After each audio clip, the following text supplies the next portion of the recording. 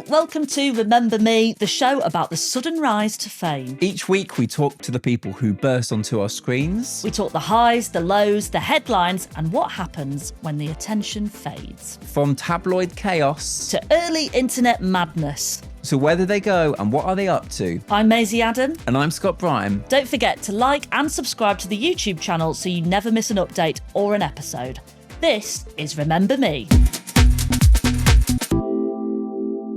Today we are chatting to Eoghan Quigg, who you may remember from the 2008 season of X Factor. Now, Scott, I don't know where to begin here with 2008 in general or X Factor in general. Basically, two massive things collided of an iconic year and an iconic era of an iconic show. So I felt that when we were talking to John Tickle about custard, Yes. I was very much in my element, treating it like Frost Nixon. Yes, because you it was really at the epicenter of my youth. Mm-hmm. This episode for me feels like this is your Frost Nixon, in I which was 2008 and X Factor was very much at the heart of your life. I would have been 14 in 2008. And yeah, I think my weeks revolved around X Factor and the kind of live TV and the madness that brings. And also the fact they all lived in the house, which as we now know is actually true. Yeah. And for once it was telling us the truth. I know. The tabloid speculation of all these people in a house chasing the same dream. There were always kind of heartthrobs. There was drama. And real big stars as well. Like, it brought in to help the stars of tomorrow. The stars of today were brought in. We had Beyonce singing. This was the year. So Eoghan Quigg came third. Second place was JLS. Merry Christmas. Merry Christmas. That was that year. First place, Alexandra Burke, who in the final sang with Beyonce. That was a big time as well, 2008. There was lots of people will remember the financial crash. And there was a bit where he just sort of said, but my music helped. And I thought, I don't remember Eoghan Quigg's music getting people through the financial crash. But maybe it's different depending on your geography. I found that my bit was him talking about the helicopter landing at his school, which is like probably the most ridiculous thing to ever happen to any school kid ever. Yeah. But then also the fact that you have so much happen in your life. And then when you are 18, that's when your life starts with all of this stuff that's happened beforehand. That stuff having happened, And then at 18 you go, right, what's next? When normally it's the other way around for people. Yeah. I mean, it was mad. As I say, 2008, a really mad year. 2008 in the X Factor, a mad year. Huge series. So that final, as I say, Eoghan, JLS and Alexandra Burke. I do remember the fact that Alexandra Burke sang with Beyonce, whereas JLS and Eoghan sang with Boyzone and Westlife. Two boy bands and then an international superstar. No disrespect to Boyzone and Westlife, obviously massive, but different league. I also think it was the fact that you felt a bit unfair on JLS and Eoghan, didn't it? It was Alexander Burke's sort of reaction as she was introducing Beyonce. Like, Alexandra Burke couldn't. She was fangirling hard, but also that, like, I can't believe I'm introducing Beyonce. Iconic X Factor duets. It's only on a par with Nicole Scherzinger and Jermaine Douglas, but that only goes into iconic sphere was that because the of the mic cutting out, and she snatched it out of Jermaine's hands. Never to walk in anyone's shadow. If I fail, if I succeed, at least I live as I believe. Yeah, that's in that tier purely because of that. Don't forget, you had Rihanna duetting with Matt Cardle. That was the level that X Factor possessed, though. It would just bring in such huge numbers that the absolute superstars of the music industry at that time were there. Have you ever seen, just on Beyonce, have you seen when Beyonce and Kelly Rowland and Michelle Williams are asked about the foot and mouth? I literally saw that video it's so good. 2 days ago. It's so good. Because, of course. Yeah. And I think they say, like, oh, the thing about the animals. The thing about the cows. And then they gave their reaction about finding a vaccine so it can stop. I think Beyonce's words are something's got to... Oh, Kelly's words, maybe? Something's got to do something about this. I can now see why Beyonce is quite shy about dealing with the press directly. Mm-hmm. Mm-hmm. What do you think the government should be doing about the foot and mouth epidemic? We don't know anything about that. All we know is we just got here. Deadly virus that's decimating the nation's livestock. The thing about the four-legged animals. It's crazy. Any thoughts? Some tests should be run so this can stop. There's another interview where somebody's asking Beyonce, your best blag. It's like, of course she's like, best blag? Best blag. Have you ever blagged your way? Have I blagged my way into something? It's like... What's your best blag? I'm sorry? Best blag? Best black? Blag. Black? B-L-A-G, best blag? What? When you con somebody. I'm sorry. When you con somebody? What is that? You're interviewing Beyonce. Can you just ask a normal question that's not using sort of London slang? Yeah, very much so. Yeah. X Factor, this is also... I mean, you're so right. I was in my element with this interview because 2008 X Factor was the year of the famous Holly Jervis audition. Oh my God. Holly Jervis in the Big Mouth. Yeah. And the I have worked for 4 years. And then she sings Big Blonde and Beautiful. I don't want to be. She said, what does she say? She's like, people need to remember the name Holly Jervis. And we do, Holly. I've trained 4 years. I've gone out there and I've learnt the art of performance doing jobs I don't want to do. But it means I get to wake up every damn morning and say I do what I love for a living. Okay. I'm getting paid to do it. Look at me, here's my stage. I'm Holly Jervis, and you've not heard anything like me. I've got the message. Bring on that pecan pie, put some sugar on it, sugar, don't be shy. It kind of ironically worked. Yeah, it's just such a... It is peak X Factor. Anybody who loved waiting to sit and watch Dermot present these hopeful people vying for their dreams to then be absolutely trolled by the judges in lifetime. It was a really special era. And oh my God, I was glad that he was happy to talk about the Dianna Vickers stuff as well. Oh, because totally. That was that's all over a core the press. memory. The week that Dianna Vickers got left the show, he ran. You would sing your song, and then you would run to the stage. And he ran on stage. And they cried. burst into tears, both of them, embracing each other, which there'd already been this whole kind of, are they a romantic thing? Which is are they not? crazy thing to write about in a paper when you're that young. Yeah. Loopy. Like, yeah, imagine really if you're mad. teenage, like people are having assumptions of like you having a crush on somebody and ends up being on the front page of a national newspaper. Yeah. So he's a really great person to have interviewed. He was really honest, really open, and really funny as well. A really good guy. He's now happily singing in a wedding band called the Housemates. They are absolutely smashing it. They're booked and busy. They're gigging 5 nights a week. Goodness. So if you remember Eoghan Quigg, like I do, as the heartthrob of X Factor, and you're getting married this year, get on board. Get the Housemates booked in. This is Remember Me with Eoghan Quigg. So your name is? I'm Owen. And how old are you? 15. Eoghan Quigg!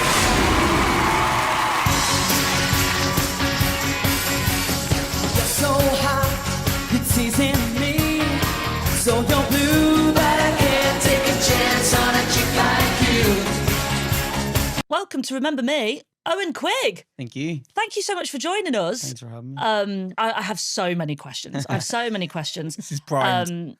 It's sort of like your series of X Factor was a very much core memory. What, yours as well, Scott? Yeah, very much. I mean, definitely of my the team. X Factor, isn't it? Yeah, but you were like right in that sweet spot. Yeah, the peak time. Yeah, real peak time. We've had quite a few former X Factor stars and pop stars who had an experience on the show who were quite opinionated about the flaws of the reality show format. But I've read that you had overall quite a good experience. Yeah, I think overall mine was really, really positive. Yeah. I know a lot of people in even my year would think completely different. So I think I was probably one of the lucky ones. But generally, I think it was probably because I was so young. I probably wasn't fully mature enough to understand the severity of the show and how big this is going to be. You know, for me, it was like, I was getting out of school. I was doing my GCSEs. So I was like, do you want to do your GCSEs or do you want to be on a TV show? And I was like, get me on a TV show. Do you know what I mean? It was an easy decision for me. So being so young and not realizing how big the show was, I think that kind of helped me in terms of even being nervous. It was just, you know, everyone was there fighting each week to get through. Yeah. I just was like fighting each week to not go back to school. That was my motto, and I just lived it. Were you like a fan of the show already? Had you watched it? And I remember watching the season before and asking, oh, can I go? Like, I would love to try it because I did music in school. People told me you were a good singer, but you know, people do tell you see people on the show get told they're a good singer and they're awful. Yeah. So I was like, am I one of them people? I need to find out. Whose parents come barging back into the room. Give them a chance. I know. So I said to my mom, I was like, can I go? And I think they brought the age down to 14 at this stage. Yes. So I was like, I can do this. They said no, I was too young, which thankfully they did. And then the following year, I didn't even ask. I just like, you know, when we used to have phones with like the cord and you'd be sitting in the corner of the bottom stairs, and I would ring the number up after the final and give my name and details. And then literally a couple of weeks later, I had an audition in Glasgow. Said, can I go? They thought about it, and I think they felt bad saying no the year before. They said, right, let's go. So I had to go to Glasgow. It was my first time on a plane, everything. This was all so new to me. Wow. And we got there anyway, and it was outside Handon Stadium in Glasgow, and there was like, there must have been 30 or 40,000 people there, and we were at the back of the queue. And we were literally standing in the queue for about 7 hours, and there was so many times I said to my dad, I was like, well, let's just go home. This is bullshit. I don't want to stand here any longer. So you suddenly end up going to this audition with Simon Cowell, and then, of course, you find yourself on the actual show. Mm-hmm. That is at such a young, because I can remember you were so much younger than everybody else in your year of X Factor as well. And I don't really remember in other seasons anybody as young as you, Eoghan. Were you conscious of that when you were on the show? Always knew I was the baby. Like I was 15, and then I had turned 16 through the course of the show. Yeah, I guess being the youngest, like, might have felt like, oh, I'm not maybe as good as the rest of these people. My voice maybe hasn't matured or whatever.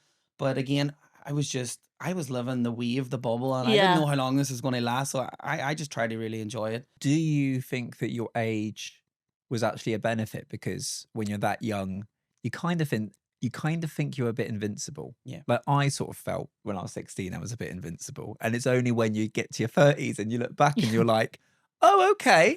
I was bold to dye my hair that colour. I did. Maisie's gone. When you've seen your old footage, does that kind of, do you see that sort of invincibility? But it does. Like, it scares the shit out of me. To think that how'd I do that? Because my oldest son is 13 coming, and the thought of him doing something like that there it scares the life. I know it's a different world we're living in now with social media and stuff, but I had some serious balls at 16 to go and do that. Like, as a 33-year-old man now, I couldn't do that now probably, because I would just be riddled with thoughts and fears, and maybe not knowing things and knowing about the industry. It gave me that freedom to just go like, you know, fuck it, let's do it. And anybody who watched it, particularly as we say at that peak era, it was an avalanche of like fame. There was a few names at the start, and then the closer you would get to the final, these names were front page news all over. I mean, and this is before social media. Yeah. You kind of found in that space that you were the teenage heartthrob of that series. That's a lot of pressure on a 16-year-old that I mean, I don't know how well you were doing in that department at school, Eoghan, but like that's a big thing to sort of suddenly find yourself as. Yeah, 100%. Like, I mean, life was just normal, and I was just a normal teenager. And then until the audition was aired on TV, just everything changed. The social medias, like in Ireland, we're probably 5 or 6 years behind England. So we didn't really have Facebook then. We had what is called Bebo. Oh my God, Bebo, yes. So Bebo was rife in Ireland at that stage. So I just remember going home and like clicking on to like the computer and getting MSN up, and the next thing seeing my Bebo being like sharing the love, and like comments, and friend requests. Is like 40,000 friend requests. Whoa. Yeah. So then I was like, holy shit, like everyone's watched this, like I love you and blah blah blah, all these girls, and I'm like, what has happened? Like, that was kind of hard to sort of get my head around, and then even just being sort of out in public and people wanting pictures, and the thing about Irish people too, and this is why I love being from Ireland, is like they will back their own regardless of what they're doing. Yeah. So I had the support of every corner of the country, and the support was extremely overwhelming. There was people just landing at my mum and dad's house looking for me and stuff, and my mum's like, he doesn't live here anymore. Really? Sorry, people would turn up. They would just turn up at the house. Well, random fans. Yeah, just who worked out where you lived. But Dungiven's a very small place, and it doesn't take. Doesn't make it okay. You would tell the town talker, like, where does Eoghan Quigg live? And then they would, that house round the corner there, the blue door. And then the next thing, my poor mum, bless her, she had young girls coming off the bus from Belfast, coming round to the house, standing at the corner, like scared to knock the door, and she would be like going out to do the school and so he's not here, and then just it became the norm. It was a wee bit. I didn't experience it, but this is just what from their perspective what they told me. The norm, I think, is the words that like stand out to me and all of that. That's insane, like, you know. That's crazy. And that kind of just changed overnight, where you gained all these like young girl fans and stuff, and then you became this kind of teenage heartthrob, and that was never the plan. The plan was just music. I need to see if I'm any good. Was there any sort of help or advice given to you by the show of how to handle sudden fame and stardom? Not really, no. Really? No. Because that's such a tough thing to navigate, isn't it? You like, just had to kind of work it out yourself. There was none of that really, like. Wow. Yeah, you got a bit of media training just to talk to media people and what you should say and what you shouldn't say and how you sort of get around questions and stuff. But that wasn't until later on when you were getting a bit more serious. But no, how it just had you like a steam train, and you just have to hold on. You can't fall off. Like, how did that make you feel? Because I would imagine if I became a teenage heartthrob, I think I wouldn't believe it. You know, in that sort of way. Like, maybe because it's about how your self-esteem is or what people's perception of you is. I can imagine all of that feeling quite alien. Yeah, it was mad. Like, it was just, I did all right in school, and like, but I never see myself as a heartthrob. And I think probably was obviously the TV thing and being on TV and singing and stuff. But yeah, it was crazy just to be this normal person, and then the next thing having, you know, people following you or people screaming at you or can we get a picture or I love you, you know. It's like, why do so many people love you? Just like, it is.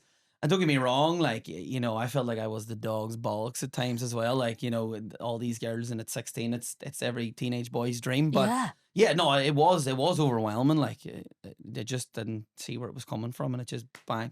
Were there people in the X Factor house that you were able to kind of like share this experience with, of going, this is a bit mad, isn't it? This is a bit crazy. How do we deal with this? Yeah, I think like I always go back to Dianna Vickers, like, because she was of a similar age, and you know, we were from both wee small places and stuff. So yeah, we're just two teenagers living the same kind of life. And I think that's why we related to each other so much, and we were so close. And obviously she was getting a lot of male attention, I was getting female attention. It was like we could come home every night and just like debrief with each other, and I think that's why we were so close. And it was so good to have someone that had kind of the same perspective, and someone that, you know, was of a similar age, and I could confide in her, and vice versa. So I think that's why we. Are you still in touch? We do. We are still. Oh, in that's touch. so lovely. I know. That's so lovely to have gone through such a mad thing together and still. We don't see each other very, very often. She's obviously in here, and I'm back in Ireland, but we do keep in touch via like social media and stuff. And oh, lovely. It's always nice to have a chat as well. Yeah, absolutely. How do you feel, by the way, like the tabloids reported kind of your relationship with Dianna Vickers? Because they had their own version of it.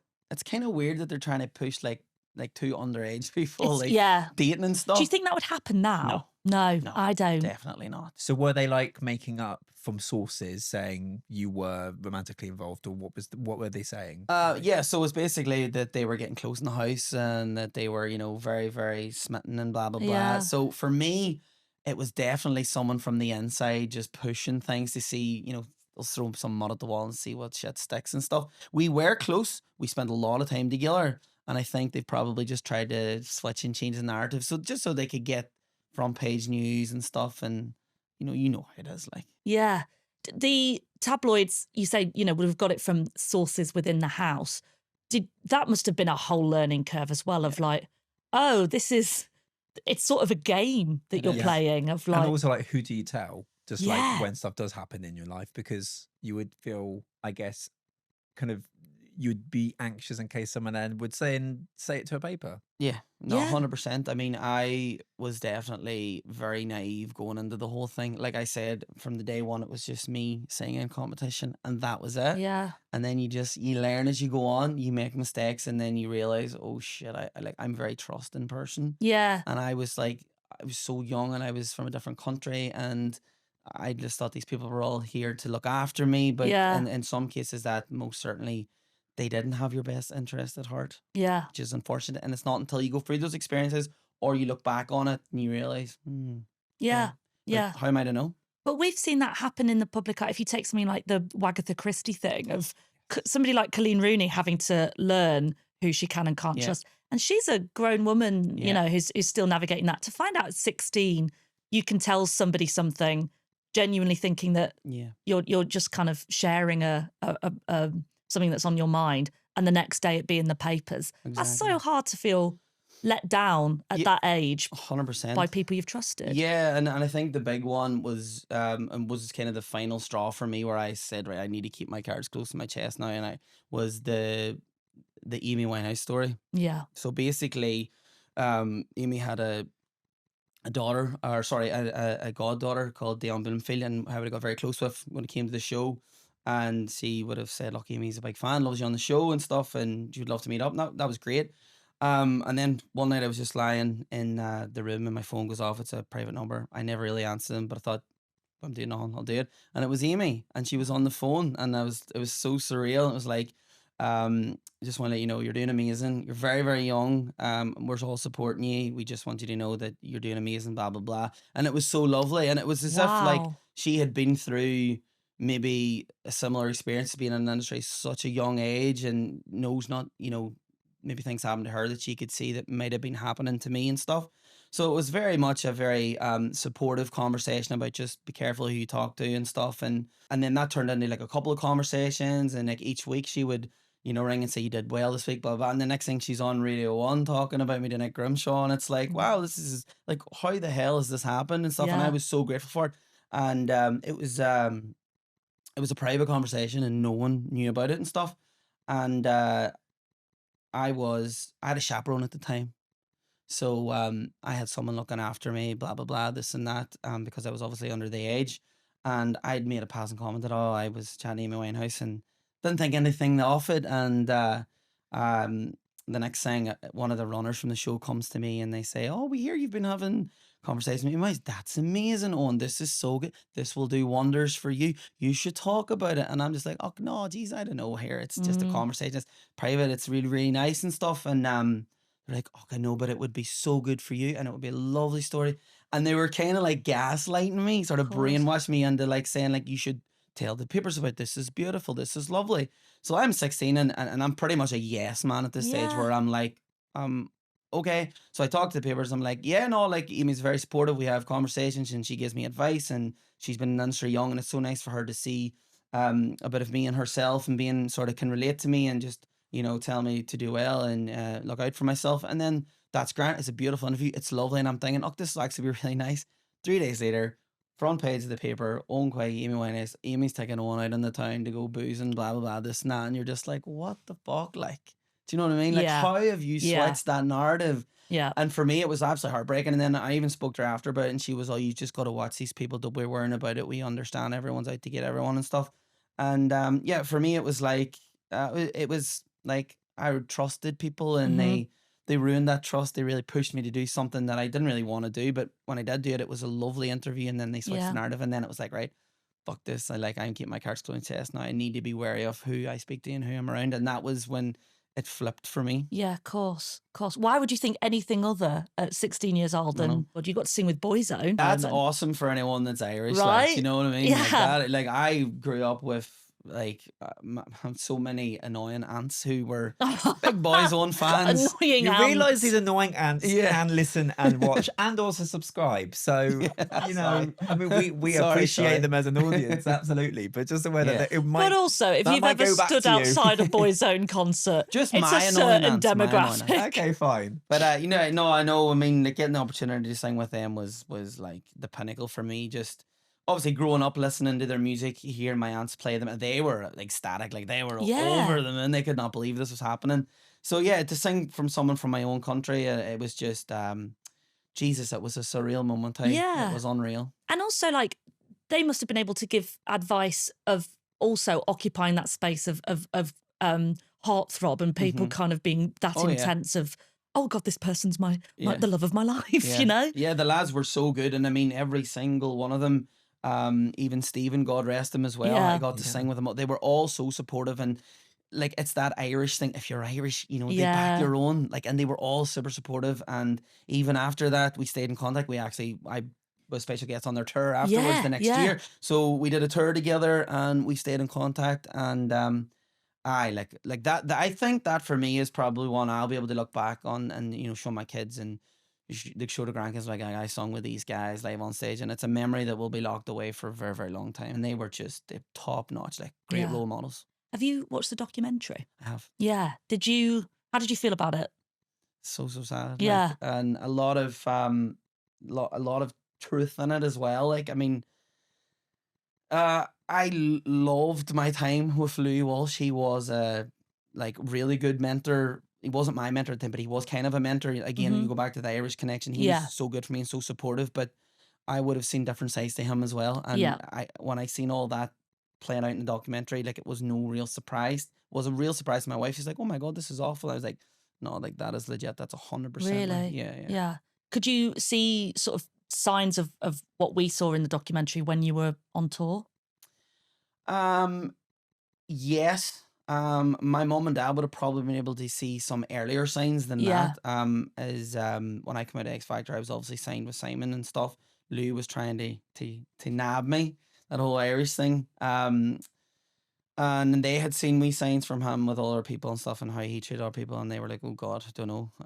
But yeah, it's some of the things that, you know, he would have done just to get them out into the limelight was like, it was awful. Yeah. Really, really bad. Yeah. Let's talk about what it's like when you come out of X Factor, because it's a bubble, right? When you're in it. Yeah. What's it like going into the real world off the back of it? Like I said, living in the bubble in London, coming back to Ireland, you're literally a superstar. So I fly home, I get a helicopter to my school. So wait, what a sentence. Whoa. Yeah. Let's just take a few seconds back. You know that you're the most popular person in the school when you get a helicopter to it. Did you land on the sports field? Yeah, that's exactly where I landed. Was all of your teachers and all of your fellow pupils there? Everybody was there. That's bonkers, isn't it? How old are you? You're 16. Yeah, I know. I was living the dream, man. Yeah. That is, but also that's just wild because just like at school, I wanted to be quite invisible, and yet here you are doing the most visible thing imaginable. How do you acclimatise to like life with all of that celebrity status that the show's given you, but not the structure of the show under you anymore? Yeah, well, like I always go back and say about my age probably helped because I was maybe not mature enough to sort of, you know, dissect the show or maybe compartmentalize how mad the show was. For me, it was like I was on a singing show, and that was that. And for me, coming back to a small town where everyone kind of knew me before, it wasn't that difficult to decompress back down to a wee bit of normality. It was more so when you went into the cities, like you went into Derry City or you went to Belfast. That's when it started to get a wee bit scary. Now I went home for Christmas. It was great. And then we went to do a bit of Christmas shopping literally a couple of days before Christmas with my mum, and we were in like a Dunnes Stores in Foyleside, which is the shopping centre in Derry. And someone got whiffed that I was there, and within literally 5 minutes, there was about 500 people in the store. 500? We had to get escorted out the back, through down the car park, and into the car, and I had to go home. And that was me just being naive, thinking like, I've just come off one of the biggest TV shows. I'm just going to go to Dunnes Stores and get a pair of jeans for Christmas. That's how maybe like young I was, that I didn't fully understand how big the show was. I just wanted to go back into a wee bit of normality again, you know? So did it feel normal when you were going on a helicopter, all of that stuff, seeing Beyonce within a 24-hour period? It was mental how I just went from like up here to here to here to here, and it was just up, down, up, down. It was like, it was insane. And I don't think it was until like maybe after Christmas then when it was like, right, I'm going back to London. I've signed a record deal and I'm going on tour. And that's then when I was like, right, okay, now I feel like I am a pop star. If you want. I was going to ask, what's the sort of, how is it done after the final of like a plan going forward? Do people just go, okay, sign here, this is what you're doing for the next 6 months? Like, do you have to do the X Factor tour if you're in the final? Well, to be honest, what people really don't know is before you get on the live shows, you're already signing contracts, pre-contracts and stuff. Right, okay. So this is the whole thing about Louis couldn't sign me. Because I was already tied into something. So basically there's a management company which is already set up for you, and like I don't know if you can say no. I don't know what at that age of 16 you're not saying no. Do you know what I mean? Like if I say no, am I not getting on the show? No, I'll sign. And also, why would you say no? Exactly. Because you're getting a record contract when you're 16. Exactly. So I'm signing to this management already. They have first picking me. I could come 7th, they could have me for 2 weeks and let me go, or I could come 3rd like I did, and they could like, you know, take it really seriously. So the further you go, obviously, you know, more interest they're going to have in you. So basically, you get Christmas off. Obviously, all the emphasis is on Alex. You know, she's got the single out now. She's going to be doing the Christmas #1 in Foreigner. So we get a wee bit of time off, which was lovely. And then got the news through that, you know, I'm going to be signed. We've got the tour. We've got a load of gigs now for the next 6 months. We're going to go on tour with Boyzone as well. When you say shitload of gigs, how many gigs? Like, you're talking maybe 5 or 6 a week. Like, oh, so we were up and down the country like for like 6 months. But for us, it was like, let's just get as much out of this as we can. Try and, you know, enjoy it. Try and make as much money as we can, because you don't know when it's going to end. And so yeah, we did exactly that. So yeah, no regrets. So you come out, you go on this tour for 6 months, you say, and then what happens? So then after that, I kind of see myself that it's got a bit more quiet. Now, basically, that's purely down because with a record, what we did, right? So they got us into the studio and they wanted to record a cover album, which is the thing that they kind of did back then. So for me, again, just saying, yep, being a yes, but not feeling like I had a voice to maybe challenge that, because like I can write songs. I would have been interested in doing different avenues, and they were like, we're going to go on, we're going to do this, we're going to give you this, we're going to do that. And then you're just like, you hear all this shit and you're like, yeah, of course. So we do it, and we literally record it within a week, 10 days. It was that short. Wow. And you can tell when you listen back, it's like poor quality. Like my voice was sore from that much singing. And they just kind of, their motto was like, let's get it out for Mother's Day and let's see if we can sell. And then for me, it was like, I knew it was happening, but I couldn't say anything. Yeah. And then obviously it doesn't work out, which obviously was never going to work out. Then just kind of like, you can see it dying, things are slowing up, and you're like, okay, like I need to probably maybe go home for a while and just sort of reevaluate this. What did you think of the reviews of the album? Fair, extremely fair. Like you can't record something within like 10 days and expect, especially somebody 16, and like it just you were just felt like you were let down. You kind of knew in the back of your head that I didn't really enjoy listening to it.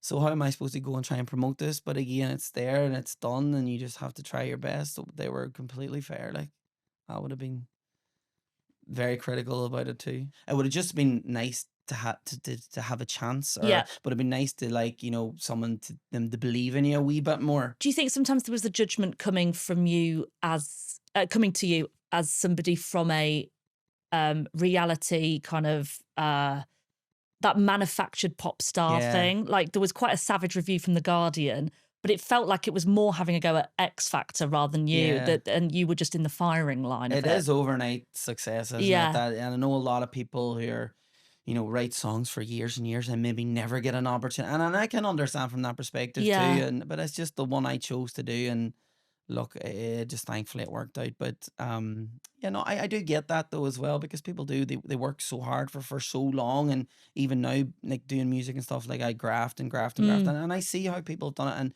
can be a wee bit annoyed about, like, oh my God, like I've been doing this for 15 years. He goes on a show for 10 minutes and everyone knows. I get it. Yeah. I get it. How did you feel when you were like, I guess, like watching shows like TV Burp and seeing people like Gabby Hill take it? Oh, here, look, see, to be honest, I see even now, especially a lot of English people, that's what they kind of remember me from. So they remember you more from for the that. TV Burp. That's like, incredible. It's mad. What a legacy. Yeah, mate. So like on TikTok and stuff, like I would do like TikTok lives and stuff, and I would be playing music, and then there'd be people saying, oh, I remember from TV Burp, but can you do the smile and all this? Like that's what people remember from. But I remember going on the show, and like Harry was like, he was so lovely. Like he was all, look, you know, this is not personal. Like, you know, this is just, I thought, mate, anyone loves this good publicity. It's good crack. It's good fun. And we did a sketch together, and he was so lovely. No, absolutely not. It's a bit of crack. You know, you have to be. So what was he doing? He was like putting on your white hair, your blonde hair. Yeah. So it was like whenever like Dermot's like, you vote for one, and then I don't remember doing it, but like you do like a stupid.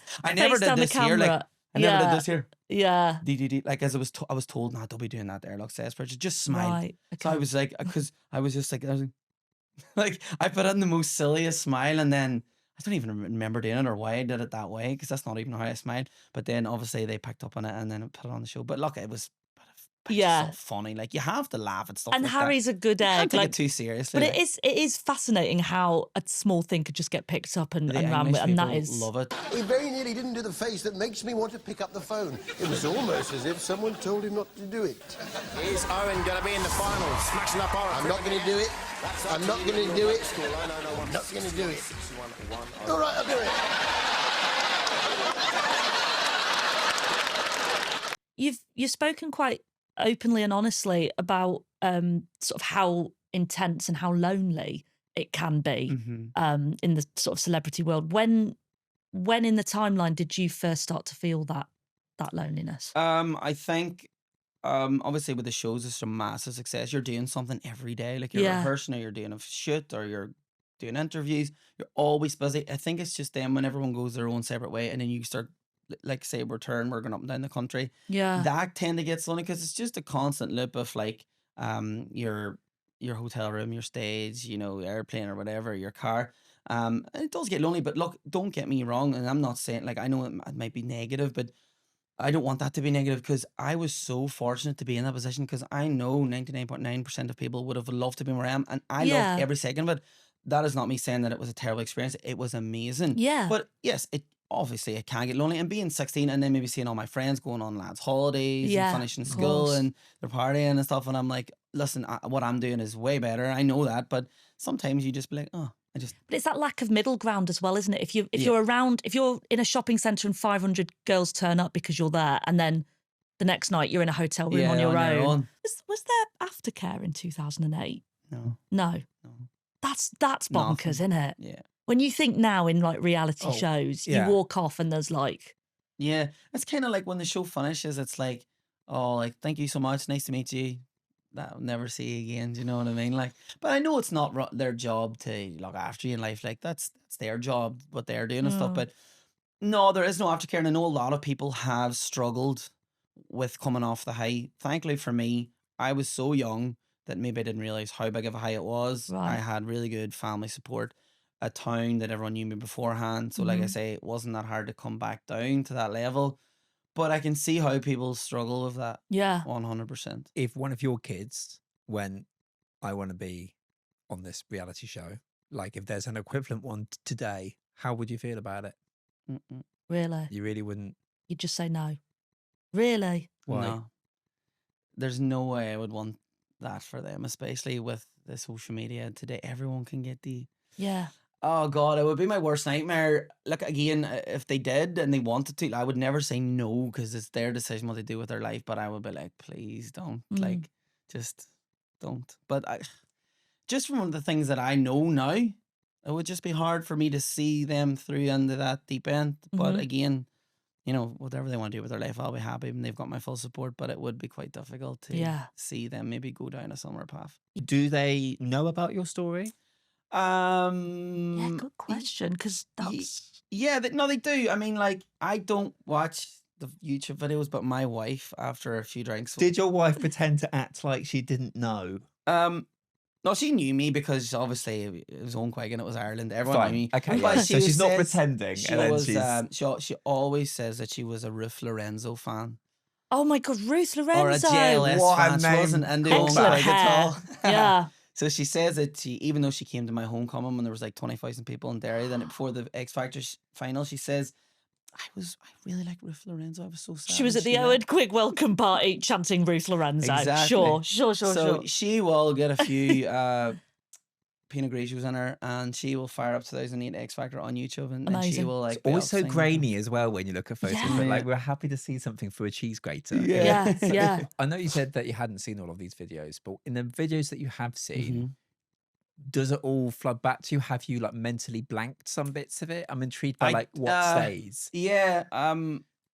There is definitely bits that you're like, oh Jesus, I did that. I forgot about that. But it's all there on YouTube to see. And then there's times you look at it and you be like, fucking hell, I'm so proud of myself. That's crazy. Jesus, you're 16, son. Yeah. Well done. Do you think, because I know you did step away from music at 18, do you think that sort of saved you from something rather than cost you something? Yeah, no, definitely. I needed to get away from it all. Yeah. I just needed to live a wee bit of a normal teenage life. Yeah.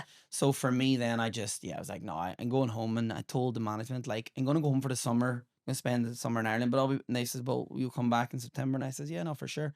But part of me was like, I ain't going back. Like, so I went and spent the summer at home and, did all the things a teenager, 18-year-old does. And you party with your friends and you go out and stuff, and it's great. And then, did that for a while, did a bit of traveling, and then I met my now wife, and that was that. I was like, right, she's my reason to stay. And then I was like, no, I'm staying here. And she was the one that kind of saved me in a way when I didn't really know I needed to be saved. Wow. If that makes sense. Yeah. For me, No, it does, yeah. I didn't really know what I was doing with my life. It was very difficult. I mean, it's a lot to have gone through Yeah. at that age already, because normally at 18, you're starting to work out where you are in the world. You've sort of seen a lot of it already and experienced a lot of it already. Yeah, no, 100%. And like I had all this money as well from like striking the iron hot and stuff. And I just didn't really know what I wanted to do, and all I knew was music. But I had this voice in my head saying like, "Aye, but you've had your times, you know what I mean? Like, you did it and it didn't work. No one wants to see that again." So I was like, no, right, I'm not doing it, because no, who wants to see that again? I already did it. Like, do you know what I mean? So I completely just strapped away from music and just really did nothing for ages. And then when I met her, she was like, you should just try getting doing a bit of music and do a bit of writing, do a bit of gigging, maybe like do weddings and stuff like this. And then I eventually agreed to do it. And thankfully, I found that love for it again, and it was all down to her. So now, like, one of the top wedding musicians in Ireland and stuff. So we do like maybe 4 or 5 weddings a week, and That's do a private lot. functions. It's a lot. Like, Yeah. I love it because the gigs are so wonderful, because the people that are getting married now are those screaming Yeah, girls of course. Yeah. from back in the day. So it's great. So like, I'm singing at the gigs, and every gig is different. The gig finishes, they've all got a story to tell me about from their perspective of, oh my God, they were the Saturday nights were the best thing ever. We used to like base our whole day around what takeaway are we getting tonight? Whose house are we going tonight? What's the drinks? What are we getting? And like, you were our Saturday night for that short brief period God, of how time. special. Such a happy time, and a time too when there was like a credit crunch. So it was Oh, quite a sad yeah. time. Yeah. And then people always say, like, people had came up to me after and says, look, we lost our business in 2008 and all, and you were that one wee bit of sparkle of joy at the end of the year that really lifted the country up. So thank you. And that is probably one of my like proudest achievements, to be able to be a part of people's life and give them something to cheer for, and make people from Ireland or UK proud and stuff. So it's always lovely going to the weddings and hearing the stories, and it really does bring you back. I just want to quickly ask off the back of that though, like, is it quite strange how often do you get recognised now? And what percentage do we think of those go up to you and then immediately panic on how to say your name? Oh, like, are we talking? I imagine not in Ireland. Are we talking Ireland? Or are we talking England? Over Let's here, talk England. yeah. Right, okay. So I would say 97%. Like, I just don't. I've got secondhand embarrassment from somebody running over to you and then immediately going, are you a wine? What do you get? A wine? Eoghan, eggnog was a big one. I do remember eggnog was a doing big the one. rounds. A lot of these sound like really bad yogurt products. I know. Yeah. So for me, obviously, like, that's just norm for me, not knowing that it's obviously a Gaelic Irish language. That's how we say Owen is Eoghan, and obviously it's OWEN here. As a 16-year-old going over to England, that was so strange. Like, why can nobody pronounce my name? Like, what is wrong with my name? Saying I'm mad. Like, why is Simon Cowell calling me Eugene? Yeah. Like, why is he calling me Ewan? I was 14 when you were on X Factor, and I can remember being like, wow, this is a really interesting name. Like, I've never met anybody with a name that's like that. On the other hand, though, there is people over here that obviously have Irish descent, and there's some people in England that I've met that have Owen, Eoghan, so they were like, you are a saviour. Thank you for coming along, giving us a platform. Popularising. Now people are actually calling me by my real name. So absolutely. If I've done one thing today, I've put Owens in the map. Well, Owen. Thank you. Thank you very much for joining us on Remember Me. My pleasure. Thanks, guys. Don't forget to like and subscribe to the YouTube channel so you never miss an update or an episode.